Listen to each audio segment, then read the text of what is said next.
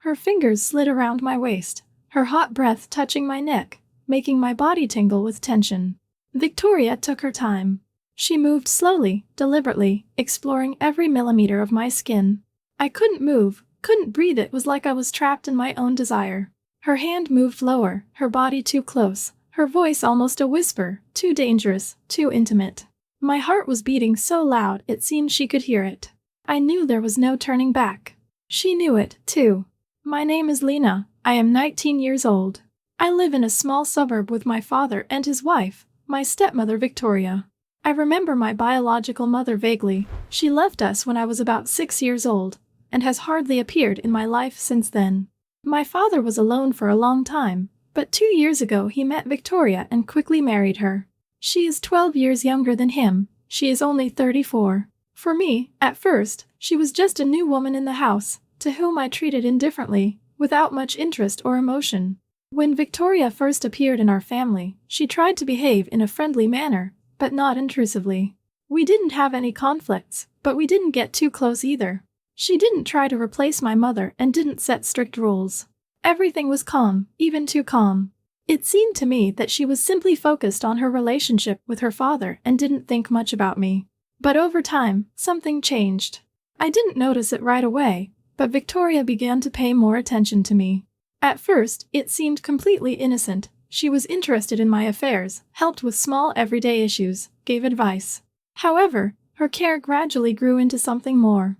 I began to notice that her gaze lingered on me longer than usual. Sometimes her touches were a little longer than was normally required. She always found an excuse to be near me, even if it was not necessary. If we were alone at home, the time spent together always dragged on. One day, I came home from a party, tired and slightly tipsy. My father was already asleep, and Victoria was waiting for me in the living room. She greeted me with a gentle smile and said she had been worried. I remember her brushing a strand of hair behind my ear, her fingers lingering briefly over my face. It was an odd moment, uncharacteristic, but not so obvious that I could attach any significance to it. These moments multiplied with each passing day. Sometimes it seemed to me that I was simply making things up, that Victoria was simply a friendly woman who wanted to establish a good relationship with me. But my inner feeling told me that there was something else hidden behind her care. After a few months, I couldn't help but notice the obvious. My stepmother wasn't just caring about me, she was striving for me. But I didn't yet understand how far things would go.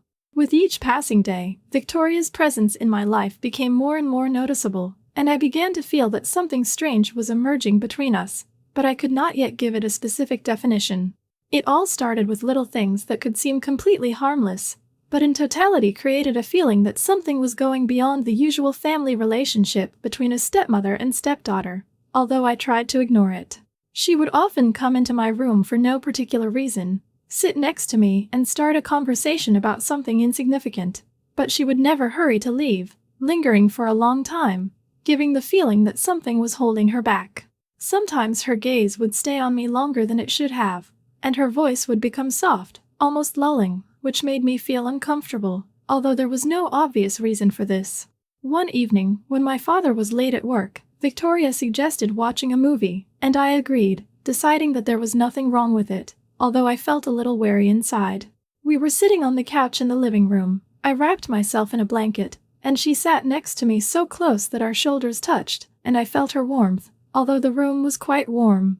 After a while, completely unexpectedly for me, her hand lay on my knee, and I froze, not knowing whether to pay attention to this or to pretend that nothing had happened. Her fingers moved softly, lightly stroking the fabric of my trousers, but her gaze was fixed on the screen, as if this gesture was completely random, although I understood that it was not.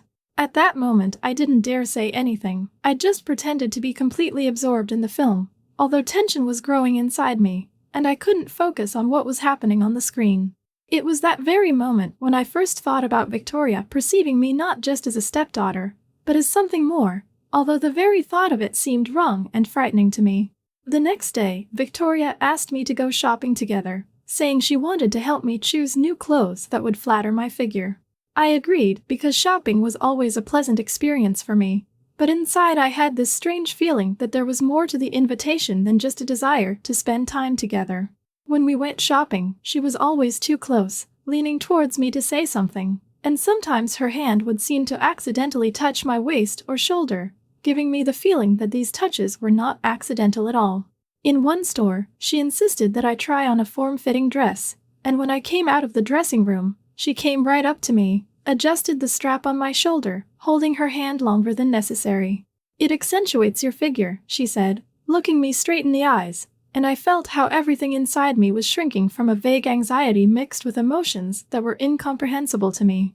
After this incident, it became more difficult for me to ignore her behavior, because Victoria no longer hid her desire to be near me, and I could not understand why I felt both awkward and pleased by her attention. A few days later, when my father went on a business trip, we were left alone in the house, and in the evening Victoria came into my room, as if she needed something, but in fact she just sat down next to me and looked at me attentively. "Do you trust me?" she asked suddenly. Her voice was quiet, but there was something insistent in it, as if she was waiting for a specific answer. I felt that this question was not just a friendly or family question, there was something more behind it, but I could not understand what exactly she was trying to achieve, and therefore I did not answer right away, but only after a few seconds. "Of course," I said, although inside I was not sure of my answer, because I understood that our relationship was becoming more and more complicated with each passing day. She smiled and ran her hand through my hair, stopping her fingers at the base of my neck, and then abruptly removed her hand and stood up, leaving me completely confused. I sat in complete silence, listening to her retreating steps, and tried to understand what exactly was happening between us, but I could not find a logical explanation for everything I felt. After that evening, when Victoria ran her hand through my hair and asked that strange question, something changed inside me, but I couldn't quite comprehend what exactly. Her presence next to me now felt different, more intense, closer, as if there was some invisible line between us that had already been practically erased. I tried to convince myself that I was just winding myself up, that all her attention and touches were just a manifestation of care, but an inner voice insisted otherwise. Every day, she found a reason to be there, to not leave me alone with my thoughts, to make me notice her presence. Sometimes it was simple gestures. She would come up behind me while I was cooking in the kitchen and touch my back without me noticing, leaning too close to pick something up from the shelf. Other times, she would walk past and, seemingly by accident, her hand would slide around my waist, leaving behind a feeling that didn't immediately go away. But it all became even more obvious when we were alone in the living room one evening. My father was late again, and Victoria suggested we have a glass of wine. I had never seen anything strange in that. We had had drinks with dinner many times, but this time the atmosphere was different. She sat too close, her knee almost touching mine, and there was something in her eyes that hadn't been there before. "You look tired," she said, leaning toward me a little closer than was necessary for normal conversation. I felt her fingers lightly touch my hand, linger for a moment, then slowly withdraw, but even that brief touch was enough to make my heart beat faster. "Yes, it's just been a stressful day," I answered, trying not to look her in the eyes, but feeling her intense gaze on me. She didn't look away, as if she was waiting for me to realize what was happening between us, but I clung to the thought until the very end that this was just my fantasy, that I was winding myself up. Later, when I was about to go to my room, she stopped me by lightly touching my wrist. "Lena," her voice was quiet, almost a whisper, "if something suddenly bothers you, if something seems strange, you will tell me, right?" I didn't know what to say. The question was too loaded, too full of subtext, for me to simply ignore it. "Of course," I said, but deep down I knew I would never be able to tell her what was really bothering me. The next day Victoria acted as if nothing had happened, but I felt that the boundary between us no longer existed. She did not try to distance herself, on the contrary, she began to behave even more freely, as if she knew that I could no longer ignore her behavior. We went to the store to buy groceries, but at some point, when I was choosing vegetables, she suddenly appeared behind me, her hands gently resting on my shoulders. It was only a moment, but I felt her squeeze them a little tighter than just friendly, and then slowly let go. "You're trying so hard," she said with a smile. I didn't answer, I just continued to pretend to choose products, although inside me there were emotions that I couldn't name. When we got home, Victoria found a reason to be there again. She helped me unpack my groceries, but she kept touching me, running her hand down my back, or lightly touching my wrist.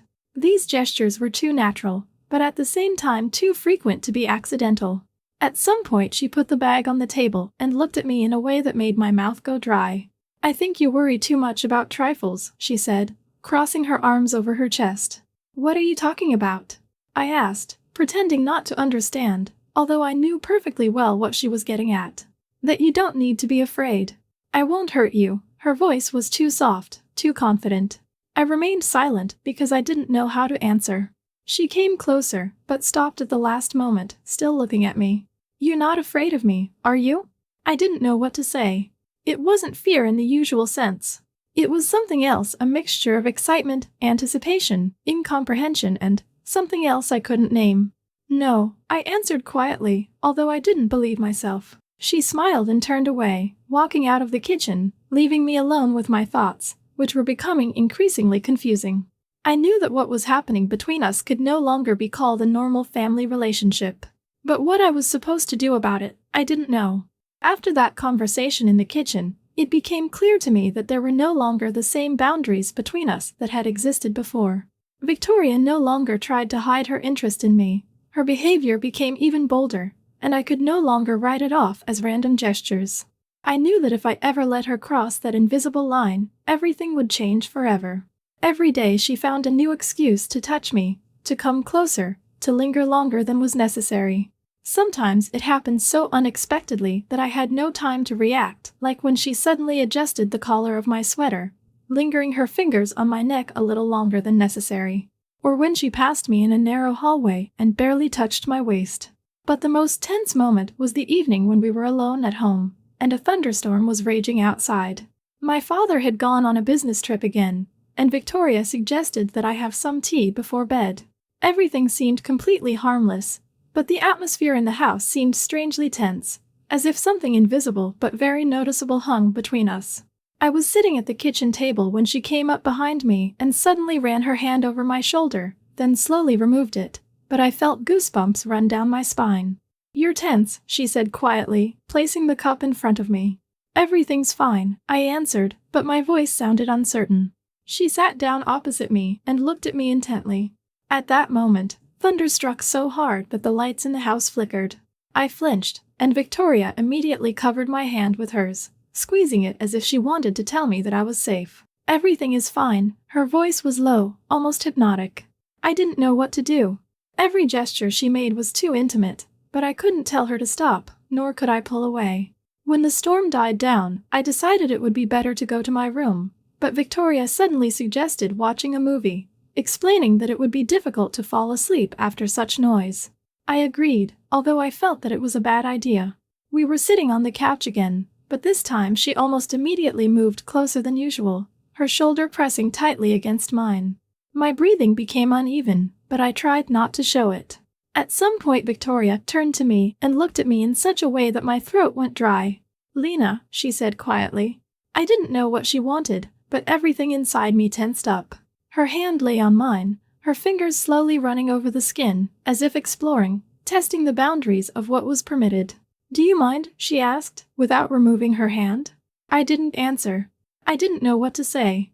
She slowly leaned a little closer, but stopped at the last moment, as if checking how I would react.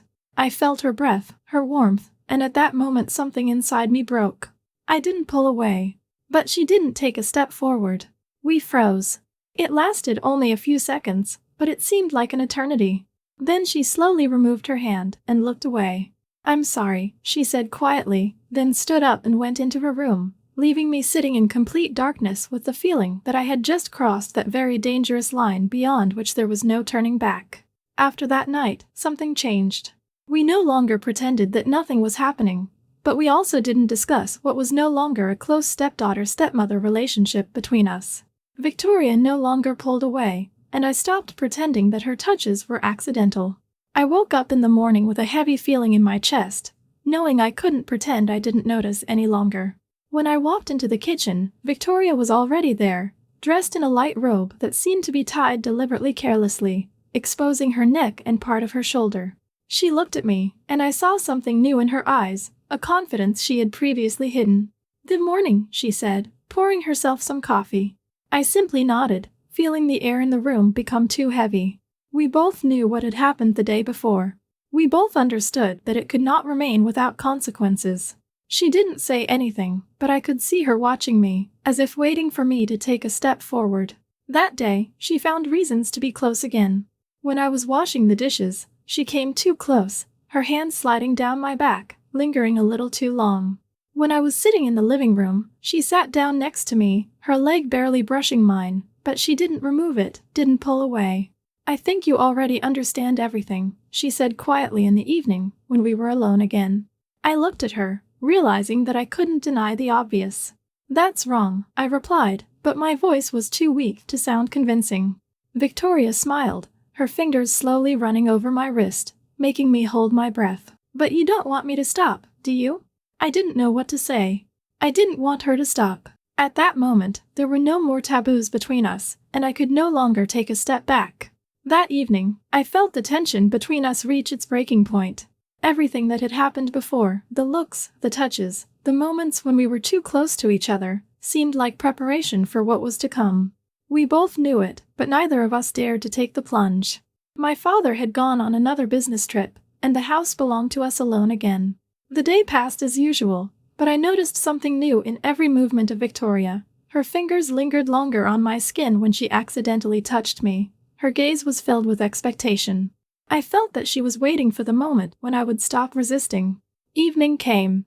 I went into the shower, hoping that the cold water would help me come to my senses, but the tension did not go away. On the contrary, as soon as I closed my eyes, images of her hands, her voice, her closeness arose before me. When I came out of the bathroom, the light in the hallway was already dim. Victoria was standing at the door to her room, wearing only a light housecoat, barely tied at the waist. She didn't say a word, just looked at me, and then slowly turned and went inside. I didn't know what it was that pushed me to follow her. It wasn't a decision, but rather an instinct. The door was slightly open, the light in the room was soft, creating a sense of privacy, as if the whole world remained outside this room. I walked inside, unsure of what to do next. Victoria was standing by the window, her back to me, her long hair slightly disheveled, as if she was waiting for me but didn't want to show it openly. "Aren't you cold?" she asked suddenly, her voice calm, but there was a subtle smile in it. "No," I answered, realizing that my hands were shaking. She turned, her gaze sliding over me, lingering on my collarbones, the line of my shoulders, my hair damp from the shower. "I was waiting for you to finally stop running," she said quietly, taking a step towards me. I didn't back down. She came closer, her hand sliding over my arm, a light, almost weightless movement, causing my skin to break out in goosebumps. "I'm not running away," I said, but my voice betrayed me. She smiled again, her fingers lightly touching the fabric of my t-shirt, tugging it slightly, as if testing my reaction. "Is it true?" I didn't answer. Her hand slid down my wrist, then up to my shoulder, and it seemed as if the air in the room became thicker, heavier. She took another step, and now there was almost no space between us. I felt the warmth of her body, but I couldn't move, as if every movement would ruin this moment. Her fingers slid carefully down my waist, lingering at the line of my ribs, and I took a shuddering breath. "You're shaking," she whispered, her voice lower, calmer, as if she felt her power over me. No, I tried to say this confidently, but even I didn't believe my own words. Her palm fell on my back, pressing me a little tighter, but not so much that it seemed demanding. I felt her breath touching my skin, her hand moving gently up to the back of my head, touching my hair, running her fingers through it. I closed my eyes, not understanding why I didn't pull away. She leaned down, her lips passed close to my neck, not touching, but I still felt the heat of her breath. "You know you can leave," she whispered, but her hands didn't move. I didn't move. Her fingers slid over my skin again, lingering at the base of my neck, then slowly moving down to my collarbones, tracing them with light movements. "Tell me if you want me to stop," she said calmly, but there was something predatory in her voice, something that made me lose track of time. I couldn't speak. Her hand slid carefully down, running along the line of my back, and then stopped at my waist, pressing me slightly to her. At that moment a sound was heard. Steps. I opened my eyes abruptly. Victoria froze. The loud sound of a key turning in a door lock. I recoiled, my breathing ragged, my heart pounding wildly. The door opened and we heard a voice. "Father." I felt Victoria hold her breath for a moment, her fingers tightening around my waist, but then she immediately released them, taking a step back. I turned sharply and slipped out of the room, barely managing to hide in my bedroom when I heard my father coming up the stairs. Closing the door behind me, I pressed my back against it, trying to cope with my wildly beating heart. Just a little more and it would have happened. But now everything has changed, and there was no turning back. I stood at the door of my room, trying to calm my breathing, but my heart was still pounding and my hands were still shaking. One thing was running through my head: if my father had returned a couple of minutes later, nothing would have been hidden. Victoria understood this too. I heard his footsteps in the hallway, how he stopped at her room, then knocked. "Are you still awake?" His voice sounded calm, without a hint of suspicion. "No, I was just getting ready," she replied, and I was surprised at how even her voice was.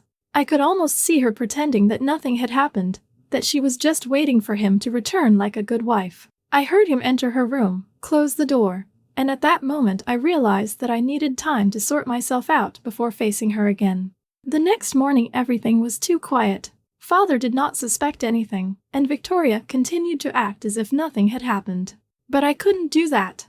I avoided her eyes at breakfast, tried not to be alone with her, but she was in no hurry to return to her previous distanced behavior. Her eyes said more than words. There was a question in them. What now? I didn't know the answer. We could pretend it never happened, that it was just a moment that wasn't supposed to happen. But I knew it did. It changed us. Several days passed, but the tension between us did not disappear.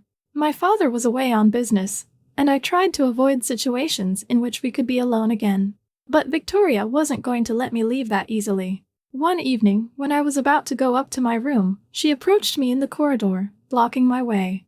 "We can't just forget this." Her voice was quiet but firm. I clenched my teeth, not knowing what to answer. I don't know what to say," I admitted honestly, without looking away. She nodded as if she understood. "But you don't regret it, do you?" I froze. I wanted to say yes, because that would be the most correct answer. But I knew that would be a lie. I've been silent for too long, and that was enough. She understood. I saw her lips twitch into a barely noticeable smile. "You will come to me again," she said almost in a whisper before turning around and leaving. I watched her go, realizing that this story was not over yet. It was just that now everything depended only on me.